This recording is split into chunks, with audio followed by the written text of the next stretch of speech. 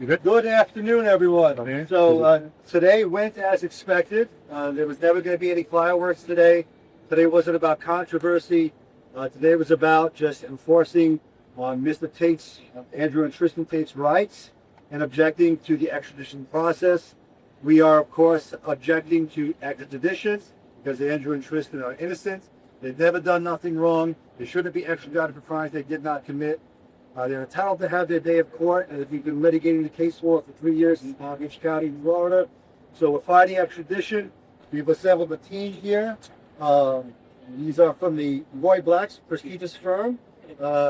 Honorable and since passed on Roy Black, he's a legend, and they're here to join our team. A competent team. We have a wonderful team.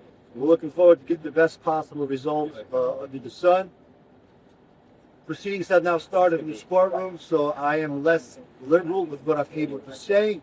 But if you have any questions, please, I'll do my best to answer them in a way that's respectful of your time, of our time, and of the court process. And before we acknowledge that the brothers, They acknowledge in the court that the brothers reviewed the complaint the challenge test. Could you explain their first reaction to these allegations? The allegations, their first reaction to the allegations is the first reaction that any innocent man or woman would have.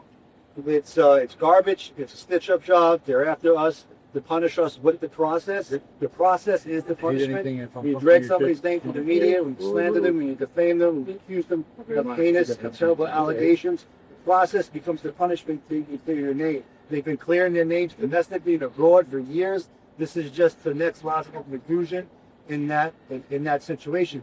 Peter Steiner just retired or is retiring. I'm sure he's mad that Andrew and Tristan Tate had a lot to do with his fall in Great Britain. And there's a new guy in there right now. This is the last vestige of attack of a prime minister who didn't do a good job, and he continues to do bad work. And I'll just leave it there. Innocent until proven guilty. We're going to let the court process play out here the way that it should. We're happy to be here. Mr. McBride, the U.S.-UK treaty allows an exception for extradition if the charges are politically motivated. Right. What you're saying is it politically motivated? I think any one of these trees, any one of these rocks could answer that question. Yes, it's politically motivated. There's no questions about it. These guys who went to D.C. to exercise their First Amendment rights. They met with members of Congress as private citizens. They met with friends in Washington, D.C. They walked the grounds of the Capitol, and 3 days later, they're in the jumpsuit. You do the math.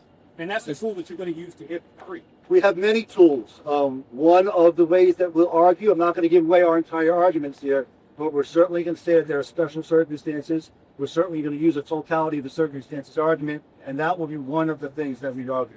Mr. McBride? Yes, sir. Ultimately, if the legal process goes towards extradition, it will be up to the Trump administration, to the Secretary of State, to decide to sign off on extradition. What do you believe the administration is seeing about this case? I appreciate your question. I see where you're going with it. You're fast forwarding to the end of the process. What's important to do now is focus on what's here and now, what's before us. We have to go in there. We have a conference coming up in a few days. We're going to set a briefing schedule. We'll make our arguments before the court. We'll see what this judge does. I don't want to make political statements about the administration when right now that's the executive branch and we're here in front of the judicial branch, and I want to be mindful and respectful of the people that we're in front of here. But do you believe your clients have support from the administration?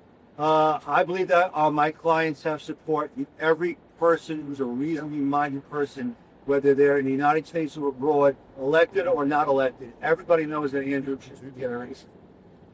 Can I ask you one quick question? Yes. Christina Vasquez, Local 10 News. I was listening to your interview earlier this morning. It looks like you're positioning the charges within the framework of being politically motivated, but the charges themselves, some don't seem to have an intersection with politics. Can you flesh out a little bit more why you're positioning it? Sure. You don't have to have an intersection between politics and criminal charges for there to be a stitch-up job. The man that I voted for office, who's currently in office, had millions of charges slandered against him all over the place. Some of them he beat, some of them he didn't beat. Most people who understand the process know that that was a load of crap. Most people who see this for what it is know that it is the same exact thing. Anybody else? Thank you. Yes, ma'am. Right, there are multiple women who claim they were victims of Tate's. Are you saying that those women are I'm not going to comment as to the women of any case. What I can say is that we have a defamation lawsuit against a false accuser that we're litigating successfully in Palm Beach County. That case is getting ready to go to trial.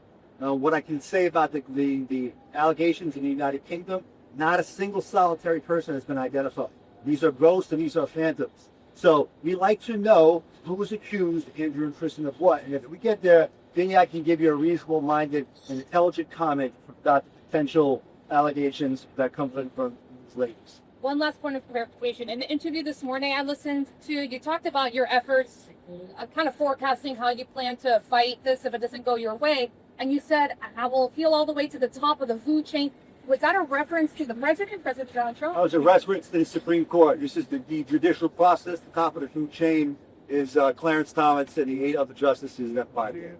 Mr. McBride, I just had to read. What was their initial reaction on your date? What was it picked up? Their initial reaction was, "What's going on?" We've been, in the United States, hanging out on multiple trips for a very long time.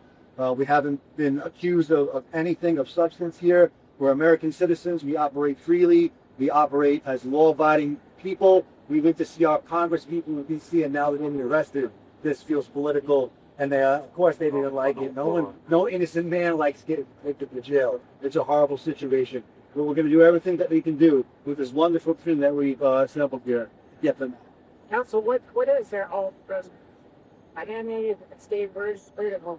Rob, we're trying to figure that out right now. Andrew and Tristan are citizens of the world. I think it's on public record that they've been in between Dubai and Romania for some years. We will sort the rest of that out in due course. All right, just for clarity purposes, the judge mentioned that it wasn't, this wasn't a criminal proceeding, but in the extradition process hasn't begun. Where are we now just legal clarity on? So yeah, this is not a criminal proceeding, and what the judge is talking about is that the bail reform act is the law here. We're looking at the extradition process. This is the first small step in that process. There's a lawyers-only conference coming up in a few days. Our legal team will talk to the government will talk to our team. We'll converse with the judge. We'll set a briefing schedule for substantive arguments to me at some point in the future. You also posted on X about solitary confinement. Thoughts on that? Yeah, solitary confinement is torture. And you look at the international law on it, the Nelson Mandela rules, the Geneva Conventions. Solitary confinement is outlawed, prolonged solitary, 16 different states.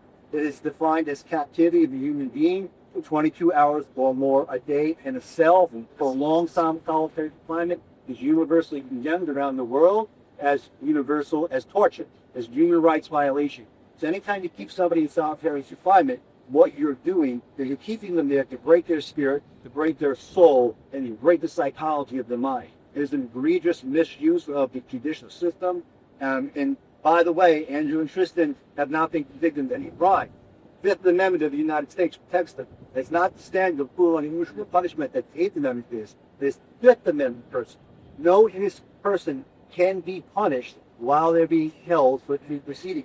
Innocent of proven guilty, solitary confinement is punishment. It should not happen. My understanding is we're working to get them out of there as soon as possible. But if they're left in there for reasons that we won't be able to talk about right now, I'll be sure to let you know in my Twitter post. Thank you very much, everybody. God bless you all. God bless Angela and Tristan Tate. Have a fantastic day. We'll see you in a few weeks.